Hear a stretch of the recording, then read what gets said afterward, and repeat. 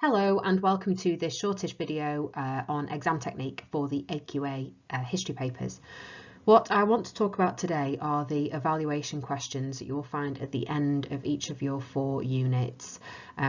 I'm just going to concentrate on 2 of those papers today in preparation for your mock exams. But we're going to discuss today the 12 mark and 60 mark evaluation questions on the Germany and the conflict in Asia papers for AQA. We're going to have a look at actually how these questions are very similar, and the way that you will approach the questions is exactly the same. And we're going to then look at how to plan and structure an answer for an example of both of these. Okay, so let's first of all look at where the evaluation questions appear in your exams. For paper 1, which is your modern world history paper, these evaluation questions are the last questions on those papers. So for the Germany paper, there are 6 questions that you'll answer for the Germany paper, and it is question number 6, and it will look a bit like this. You will be given a question that gives you the choice between 2 bullet points. We've looked at several of these, and you need to judge which one of those is the most important. Okay, that word which is really important there. If a question says which of the following, it requires you to make a judgment and make a choice. And on the conflict and tension in Asia paper, again, it's the final question. There are only 4 questions on this paper, but it's the final question. You'll notice that it's actually worth more marks on the conflict in Asia paper. It's worth 16 marks, and I'll explain how and why it's worth more marks. It's worth an extra 4 there. You also get SPAG marks as well for that paper. And then on paper 2, which is your British history paper, again, it's the final question on the medicine and health, although this year, year 11, you are not doing the medicine, the British people and health through time. You're not doing that paper, but it is the final question. And on the Norman paper, which we are doing this year in 2021, again, it's the final question there, and again, it's question number 4. So all of your papers have 4 questions in, apart from that Germany paper, all right? And the way that we approach these evaluation questions is exactly the same for all of them. They are worded slightly differently, but the mark scheme is pretty much the same for all of them, and you're going to go about them in exactly the same way, okay? Right, so let's start with having a look at a sample question from the Germany paper. So this is what the paper might look like. You don't have SPAG marks for this paper, but I've used that in lessons. I routinely, obviously, I'll give you SPAG marks to get you into the routine of thinking about that. But on the real exam, you won't have SPAG marks for this paper. But this is what the 12-mark question will look like for the Germany paper. So, which of the following was a more important reason Hitler became Chancellor in 1933? And you're given 2 bullet points there. Now, I've said already that the word which is really important here. That requires you to make a judgment about those 2 bullet points. But the good thing about this question is it gives you the 2 issues that you are going to talk about. So remember, year 11, our basic rules for how to structure these questions. Per 4 marks available, you are going to write roughly 1 paragraph. Okay, so we've got 2 points that we're going to make and evaluate here: economic issues facing Germany and the appeal of Hitler and the Nazi Party. So that's 2 lots of 4, that's 8. Our next 4 marks are going to come from your evaluation, okay? So for most of you, that's going to be a paragraph at the end where you're going to explain which one of these you think is the most significant. For those of you looking for level 4, your evaluation is likely to come throughout. You may well introduce your answer by stating your point, okay, and then stating your position on which is the most significant. And then as you're going through your answer, you'll likely be evaluating as you go along and then restating that point at the end. That's what we call sustained judgment. Your judgment flows throughout the answer, okay, and that's what you need for level 4, but more on that later. Okay, so if we're going to talk about these, the key thing I'd ask you to do when you look at the question to begin with is just very quickly, and it might be around the question itself, you're just going to very quickly mind map and bullet point the key things that you're going to talk about. So let's start off with economic issues facing Germany before 1933.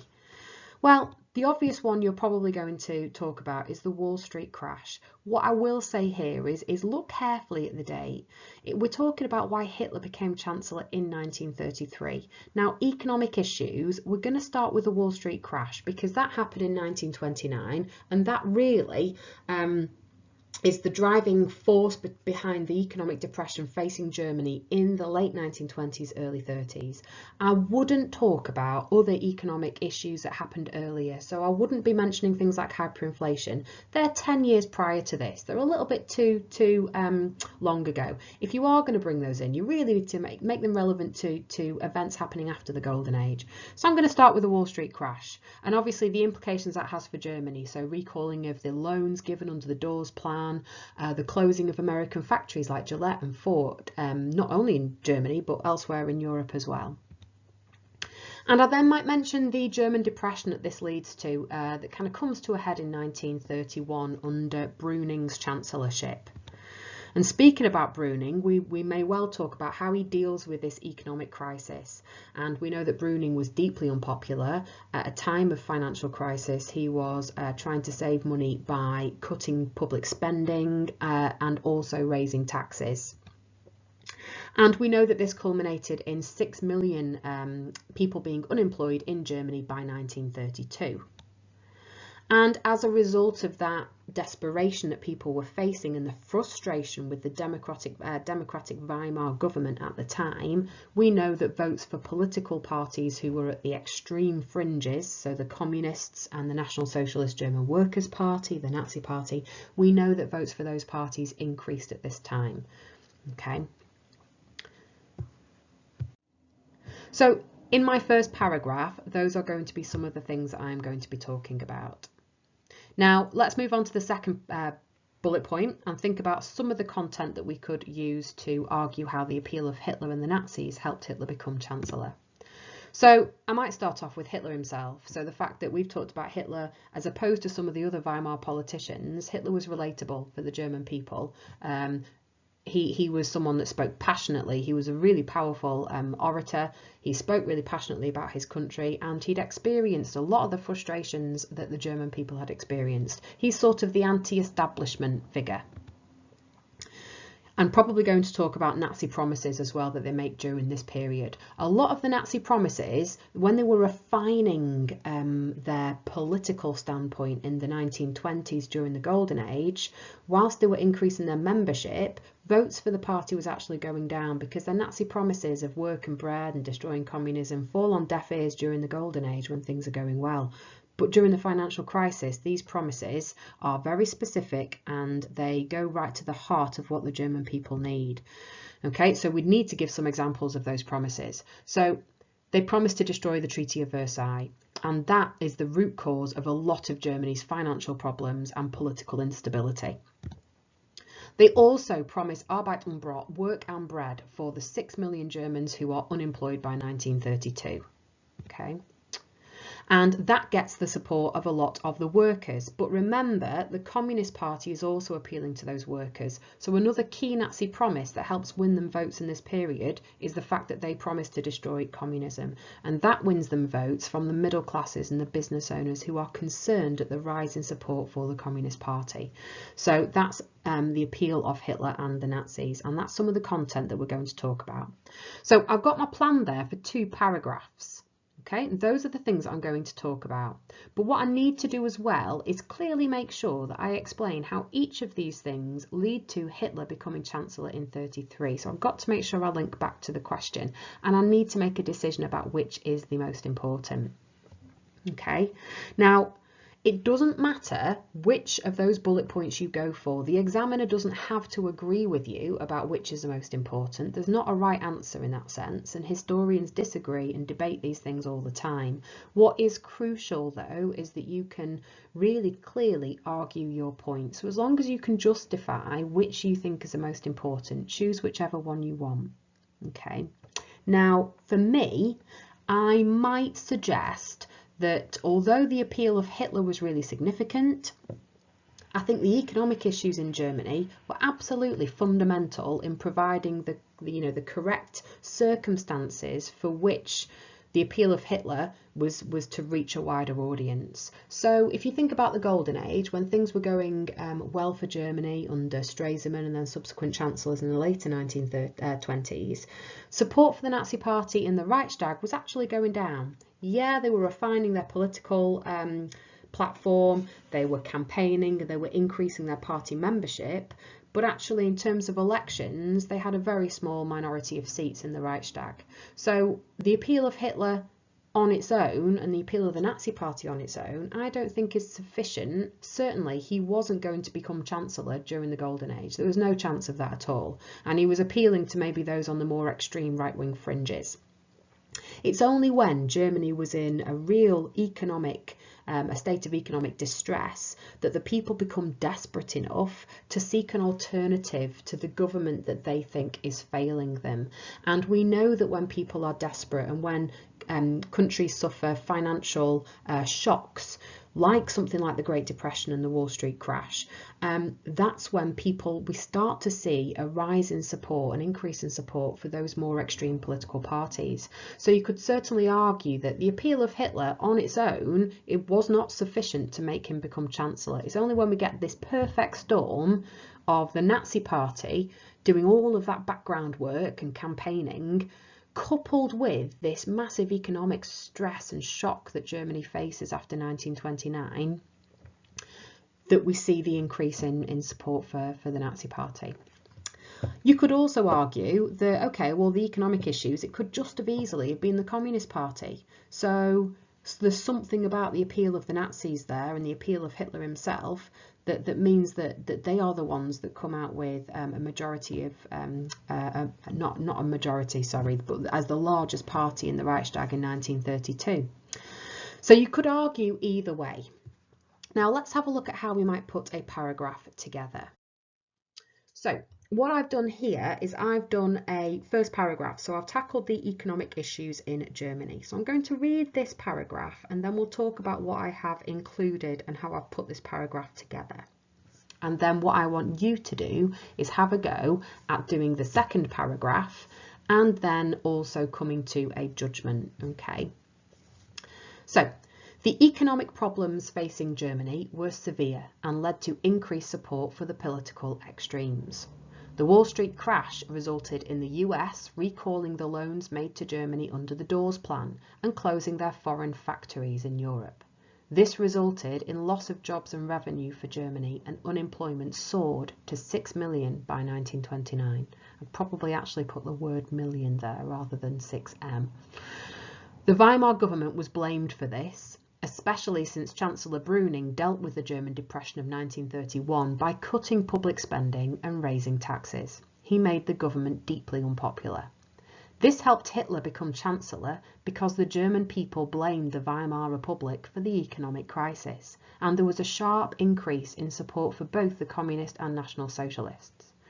Whereas during the Golden Age, votes for the Nazis had decreased, by 1932 the Nazis were the largest party in the Reichstag with 36% of the vote. This was largely a result of the economic situation in Germany. Okay, let's have a look at what I have done in that paragraph. So I've highlighted sections of it here.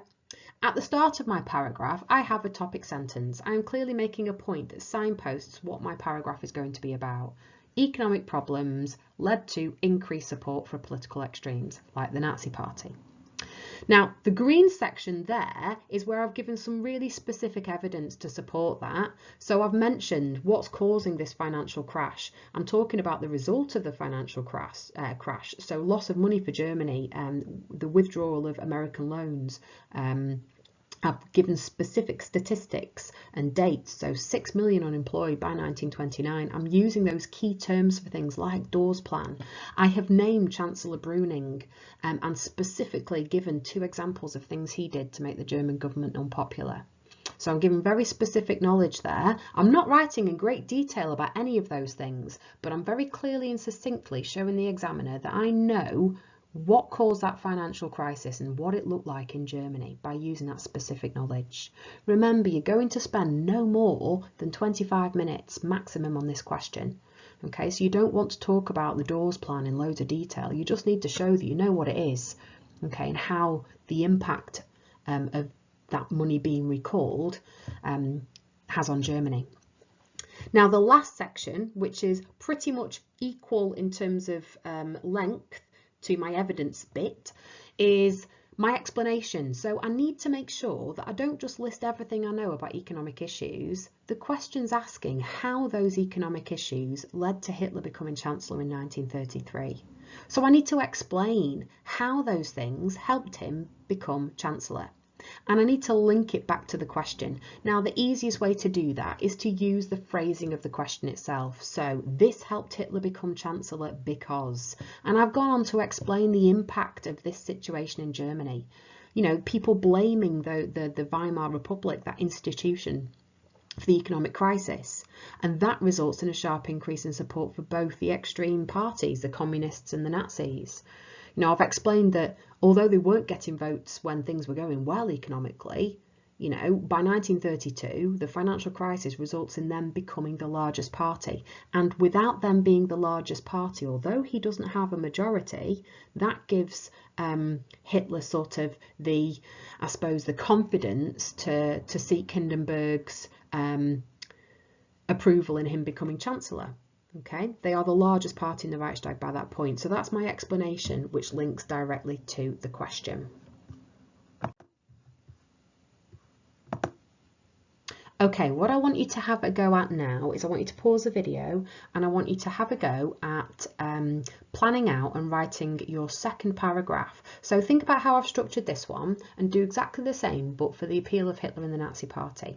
And then you need to make your judgment as to which you think is the most important out of those two, and that will be your final paragraph. As I've said, for level 4, you may well, at the start of your answer, just outline where your answer is going to be going. What is your judgment? State that at the start. You may well evaluate in your paragraphs as you go along and then restate it at the bottom for that sustained judgment that will get you level 4. Another way to unlock those higher marks is by seeing the links between these issues. So is there a link between economic crisis and rising support for the Nazi Party? Okay, think about what we said about the Nazis, the support for the Nazis during the Golden Age. Okay, it wasn't there really, was it? Okay, not amongst the majority. So what is the link between these two things? Okay, we're going to have a look now at the evaluation question on the conflict and tension in Asia paper, okay, because again, this is going to be the second paper on your December mock exam. So we're going to approach this question in much the same way, but I'll explain some of the similarities and the differences between this and the 12 marker for Germany. So first of all, let's have a look at the question. So the question here says, you're given a statement for this. The main reason for the military success of the Viet Cong was the support of the Vietnamese people. How far do you agree with this statement? Again, our clue for this being an evaluation question is it asks you how far do you agree? Okay, so do you agree or not with that statement? So you need to make a judgment. Okay, now we're going to approach this in exactly the same way as the Germany one. Okay, there is a difference. You are not given 2 bullet points to evaluate, but you are given one statement that says that the Viet Cong were successful because they had the support of the Vietnamese people. So that's going to be our first thing that we're going to talk about. How did the support of the Vietnamese people help the Viet Cong become successful in the Vietnam War? Okay. Now, if we're going to work out whether it was the support of the people that helped them, we need to bring into a couple of alternative arguments, okay, to evaluate it. Now, this is worth 16 marks. So if we roughly break that up into our paragraphs, that's roughly put 4 paragraphs. One of them is going to be our evaluation, which means we've got 3 paragraphs left. You're going to deal with the topic in the idea that's given in the statement. That's 1 paragraph. So we are going to bring in 2 alternatives, reasons as to why the Viet Cong were militarily successful. Okay, so it's like the Germany question, but imagine instead of 2 bullet points, you've got 3. So we're going to talk about 3 key ideas, and that's where our extra 4 marks comes from. So what's the question asking you to do? Well, it's asking you to evaluate reasons for Viet Cong military strength, reach a judgment about the significance of the factor stated in the question. Was it the support of the Vietnamese people or was it something else? So what are you going to write about? you are going to write about, first of all, reasons why the Viet Cong were militarily successful, starting with the stated factor, peasant support, and then include 2 more reasons why they were successful. How might you structure your answer? I would always start with the stated factor given in the question, and then give you 2 alternative arguments and your final judgment at the end.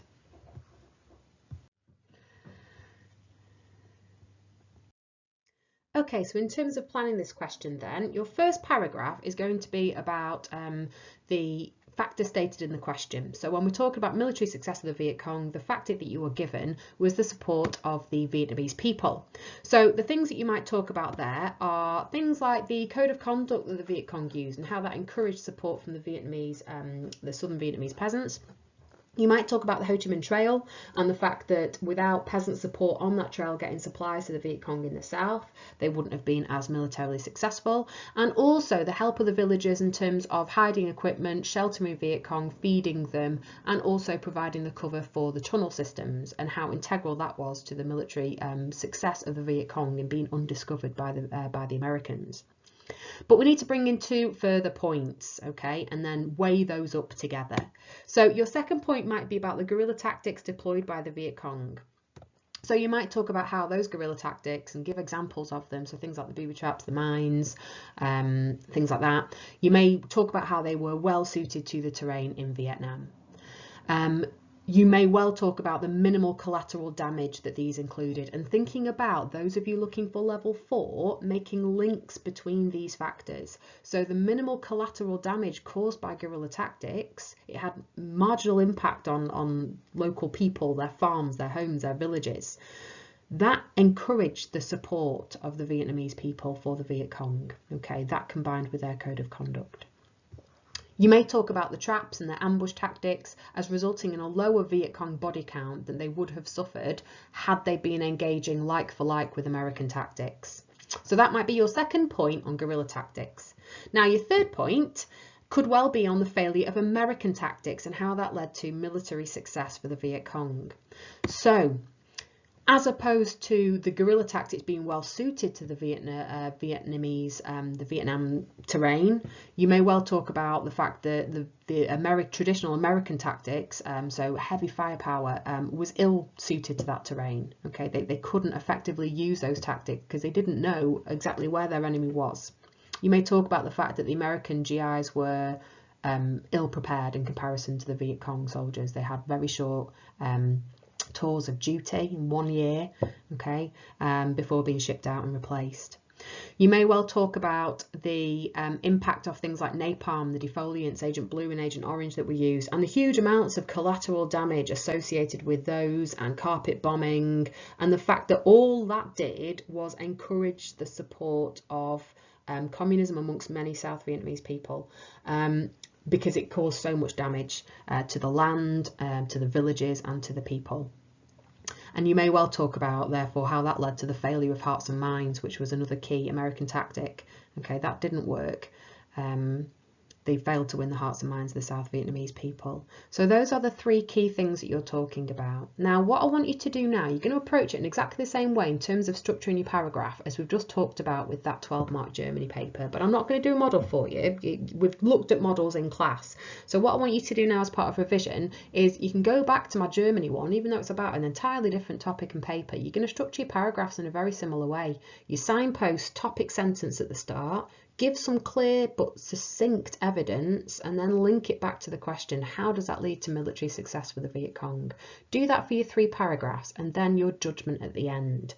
Okay, so that's where it will come for most of you. If you're looking for level 4, remember that you need that sustained judgment throughout your answer. Certainly at the beginning, at the end is the easiest way to do that, but you may naturally be evaluating as you go through. Okay, and comparing these factors to each other. Another way of getting into level 4 is making links between them. Okay, so does one of these have a knock-on effect on the others? So you could, for example, link the guerrilla tactics and minimal collateral damage as opposed to the American huge collateral damage meant that they had the support of the Vietnamese people where the Americans didn't. Okay, so those are some ideas for you accessing the higher marks.